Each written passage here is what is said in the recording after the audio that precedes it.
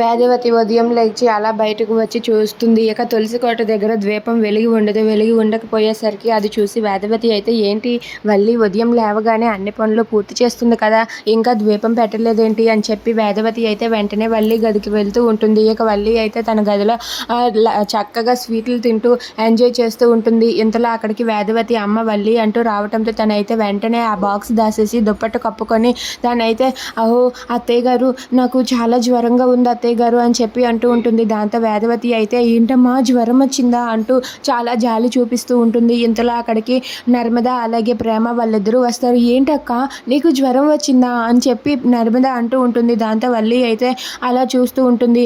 అదేం లేదక్క, నువ్వు పెద్ద పులిలా అందరి మీదకి ఎగిరిపడేదానివి కదా, అలాంటిది నీకు జ్వరం వచ్చిందంటే నేను తట్టుకోలేకపోతున్నాను అక్క అని చెప్పి నర్మద అంటూ ఉంటుంది. అది విని ప్రేమ కూడా అయ్యయ్యో ఏంటక్క దోసపెనంలా కాలిపోతుందే నీ ఒళ్ళు, అయ్యో నీకు జ్వరం ఎక్కువైతే చెప్పక్క హాస్పిటల్కి తీసుకుని వెళ్తామని చెప్పి ప్రేమ కూడా నటిస్తూ ఉంటుంది. అలా వాళ్ళిద్దరూ నటిస్తూ ఉండగా అది చూసి వల్లి అయితే ఏంటి నేనే జ్వరం వచ్చిందని నటిస్తుంటే వీళ్ళు పెద్ద ఓవర్ యాక్షన్ చేస్తున్నారు అని చెప్పి తన మనసులో అనుకుంటుంది. ఇక వేదవతి అయితే ఉండమ్మా నీకు కొంచెం మంచినీళ్ళు తీసుకువస్తానని చెప్పి వేదవతి వెళ్తుంది. ఇక వేదవతి వెళ్ళాక అక్కడ ఉన్న ప్రేమ నర్మద వాళ్ళిద్దరూ కూడా శ్రీవల్లిని ఒక ఆట ఆడుకుంటూ ఉంటారు.